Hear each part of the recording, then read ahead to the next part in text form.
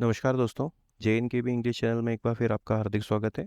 आज के हमारे इस वीडियो में हम प्रीवियस ईयर्स क्वेश्चंस के बारे में चर्चा करेंगे, जिसमें हम फिल इन दी ब्लैंक्स की एक्सरसाइज करेंगे। यह एक्सरसाइज हमारे ग्रामर और वोकेबलरी के नॉलेज को बढ़ाने में काफ़ी हेल्पफुल होगी। तो आइए शुरू करते हैं। आज का हमारा पहला प्रश्न है, George dash to this country a year ago. Option हैं was coming, came, is coming, comes. So इस प्रश्न का सही उत्तर होगा ऑप्शन नंबर 2, केम। चूंकि यह एक व्यक्ति के बारे में बात हो रही है और अ ईयर एगो भी लिखा हुआ है। अ ईयर एगो मतलब यह एक ऐसा कार्य है जो भूतकाल में या पास्ट टेंस में हो चुका है।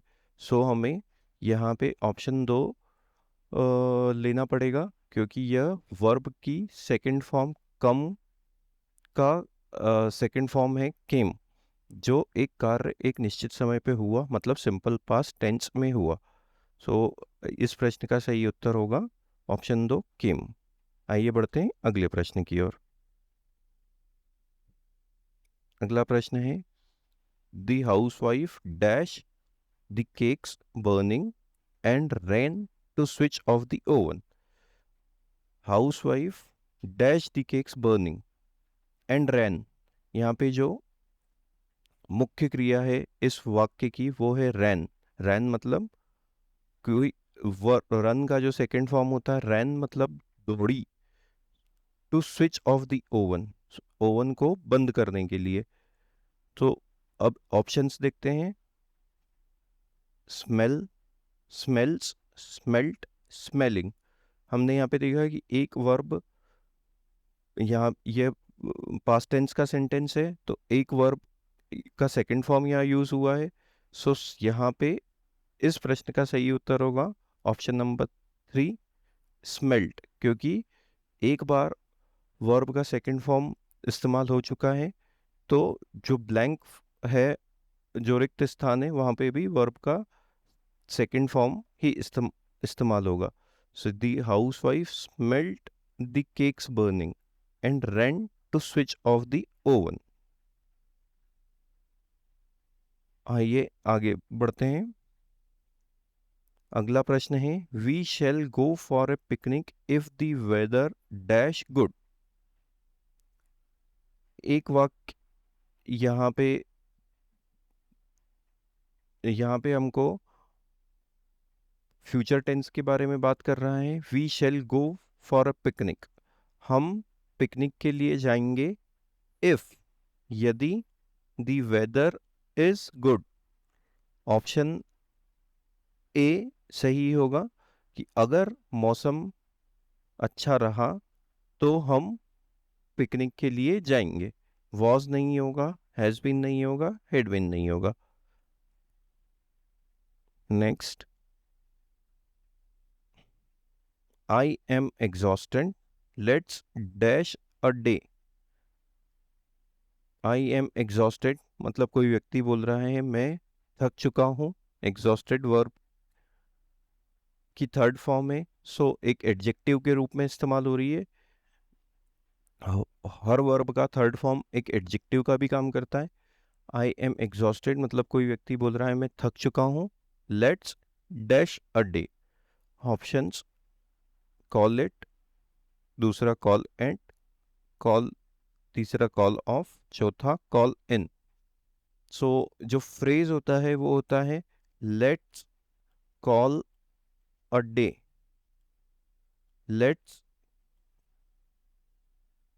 Call a day,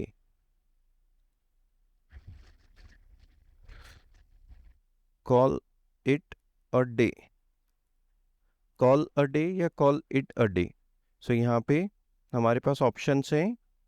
option number पहला सही होगा, call it a day.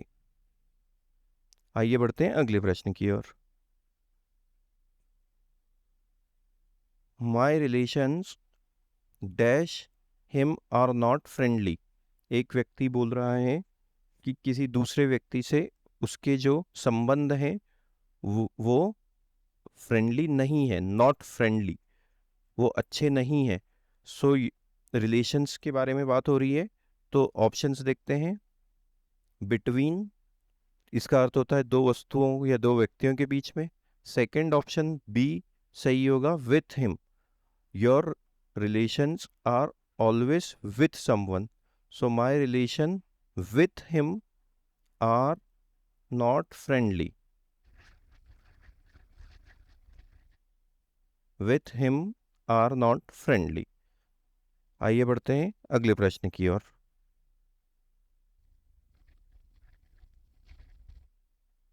Nothing is impossible dash him. किसी व्यक्ति के बारे में बात हो रही है जिसके लिए कोई भी कार्य करना असंभव नहीं है। नथिंग इज इम्पॉसिबल मतलब असंभव नहीं है, किसके लिए? किसी व्यक्ति के लिए। सो डैश में सही ऑप्शन देखते हैं। In, about, for, on. इस प्रश्न का सही उत्तर होगा option C, option number 3, for him. Nothing is impossible for him. इस तरीके के प्रश्न विभिन्न गवर्नमेंट की कॉम्पिटिटिव एग्जाम, एंट्रेंस एग्जाम्स में पूछे जाते हैं। सो इनकी प्रैक्टिस आपके वोकेबलरी के नॉलेज और ग्रामर के नॉलेज को बढ़ाने में हेल्पफुल होगी। आइए बढ़ते हैं अगले प्रश्न की ओर। There was an dash response for the marathon. Marathon के रिस्पॉन्स के बारे में बात हो रही है। सो ऑप्शन है हमारे पास ओवरवेलमिंग, ओवरराइडिंग, एक्सेसिव, एक्सट्रीम। सही उत्तर होगा ऑप्शन नंबर 1, ओवरवेलमिंग। ओवरवेलमिंग का हिंदी अर्थ होता है अप्रत्याशित, बिना सोचा हुआ, जो जितनी कल्पना की थी उससे अधिक। सो मैराथन के लिए अप्रत्याशित रिस्पॉन्स मिला। सो ओवरवेलमिंग ऑप्शन नंबर 1 सही होगा। ओवरराइडिंग, एक्सेसिव, एक्सट्रीम इस प्रश्न के सही उत्तर नहीं है। आइए बढ़ते हैं अगले प्रश्न की ओर। Poets have compared this world dash stage. Poets मतलब कवियों ने इस विश्व की तुलना की है। कंपेयर मतलब तुलना करना। दिस वर्ल्ड, दिस वर्ल्ड मतलब इस विश्व की। तो जब भी तुलना की बात होती है, कंपैरिजन की बात होती है, तो वो हमेशा किसी व्यक्ति या वस्तु के साथ की जाती है, किसी दूसरे ऑब्जेक्ट के साथ की जाती है। सो सही उत्तर होगा option number 1, with. Poets have compared this world with a stage. आइए बढ़ते हैं अगले प्रश्न की ओर। We must dash help to the people hit by cyclone.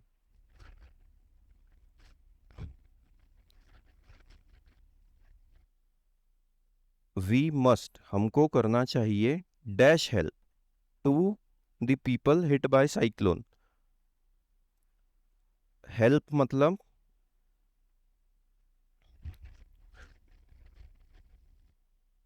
मदद करना। किसकी? ऐसे व्यक्तियों की जो तूफान से ग्रसित हैं। हिट बाय द साइक्लोन मतलब तूफान जहां से होकर गुजरा है। So we must contribute help. Contribute help नहीं होता है। समन हेल्प मतलब मांग भी नहीं करते हैं हम, तो समन भी नहीं होगा। इम्पार्ट, इम्पार्ट मतलब कोई चीज लागू करना, ये भी नहीं होगा। रेंडर, रेंडर मतलब प्रदान करना।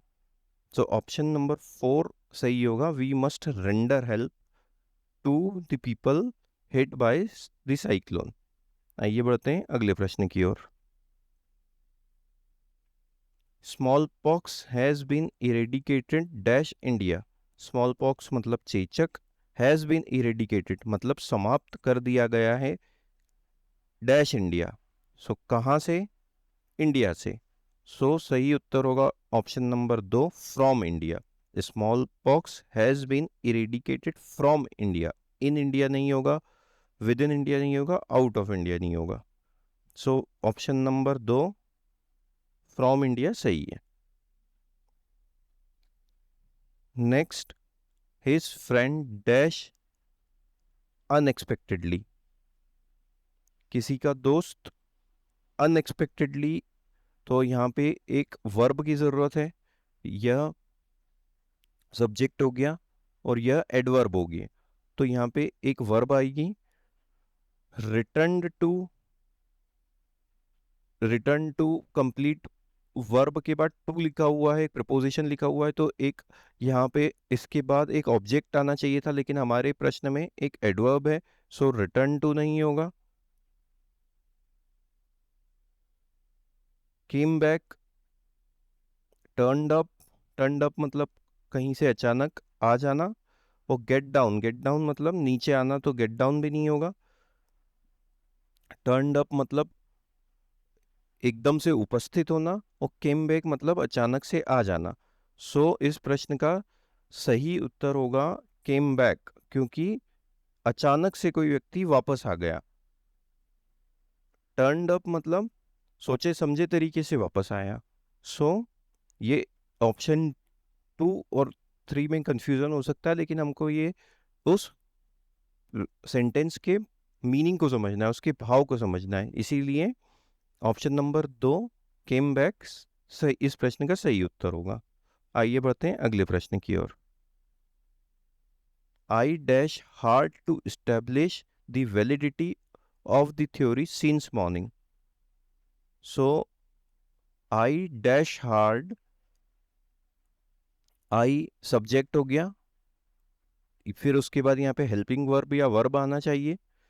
To establish the validity of the theory since morning मतलब कोई व्यक्ति किसी कार्य को सुबह से कर रहा है। सीन्स मॉर्निंग है, तो आई ऑप्शंस देखते हैं। Have been trying, have tried, tried, am trying. अब एक कार्य है जो भूतकाल में शुरू होके अभी तक चल रहा है, मतलब ये प्रेजेंट परफेक्ट कंटिन्यूअस टेंस है। सो हैव बीन ट्राइंग सही उत्तर होगा। आई हैव बीन ट्राइंग एक ऐसी क्रिया जो एक निश्चित समय पे शुरू होके अभी तक चल रही है। So I have been trying hard to establish the validity of the theory since morning. Option number 1 इस प्रश्न का सही उत्तर होगा। आइए बढ़ते हैं अगले प्रश्न की ओर। Children dash the age of 14 should be dash sent to school. Children below the age of 14 should be dash sent to school. बच्चे जो 14 वर्ष के से कम की उम्र के हैं should be sent to school। अब यहाँ पे हमने देखा कि ये एक हेल्पिंग वर्ब है और sent इस वाक्य की मेन वर्ब है। सो एक ऐसा शब्द यहाँ पे आएगा जो इस मेन वर्ब को, इस मुख्य क्रिया को क्वालिफाई करे। सो ग्रामर के नियम के हिसाब से यहाँ पे एक एडवर्ब आएगा जो इस मुख्य क्रिया को क्वालिफाई करेगा या इसके बारे में हमको और अधिक जानकारी देगा। तो ऐसा कौन सा शब्द हो सकता है दिए गए ऑप्शंस में से? कंपेल, कंपेल मतलब यह खुद एक वर्ब है, तो दो वर्ब एक साथ तो आ नहीं सकती। कंपलसरी, कंपलसरी मतलब अनिवार्य, यह एक एडजेक्टिव है, यह भी नहीं आ सकता। कंपल्सिवली मतलब मजबूर करके, तो इस सेंटेंस के अगर हम मीनिंग को देखें, सो मजबूर करने के बारे में बात नहीं हो रही है, लेकिन एक शुड भी मतलब एक एडवाइजरी जारी की गई है, एक एक सलाह दी जा रही है। सो ऑप्शन नंबर 4 इस प्रश्न का सही उत्तर होगा। कंपल्सरीली मतलब निश्चित रूप से, अनिवार्यतः। Children below the age of 14 should be compulsorily sent to school, उनको अनिवार्यतः स्कूल भेजा जाना चाहिए। आइए बढ़ते हैं अगले प्रश्न की ओर। Appearances are dash. अपीयरेंसेस ये इस शब्द इस सेंटेंस का सब्जेक्ट है, तो अपीयरेंसेस मतलब दिखावा या बनावटें या बाहरी रूप। सो अपीयरेंसेस आर ये मेन वर्ब हो गई। अब ऑप्शंस देखते हैं। इसके बाद एक एडजेक्टिव आएगा, डिसेप्टिव, डिसेप्शन, डिसेप्टिवली, डिसीव। एकमात्र एडजेक्टिव जो हमको दिख रहा है ऑप्शंस में से वो option number 1, deceptive. Appearances are deceptive. Deceptive मतलब धोखा देने वाले। आइए बढ़ते हैं अगले प्रश्न की ओर। Did the boys turn dash football practice? Option से अप, ऑन, बैक, इन। अभी हमने थोड़ी देर पहले देखा था टर्न अप एक फ्रेज होता है, एक फ्रेजल वर्ब होती है। टर्न अप मतलब कहीं उपस्थित होना। ऑप्शन नंबर 1 अब सही हो, इस प्रश्न का सही उत्तर है। Did the boys turn up for football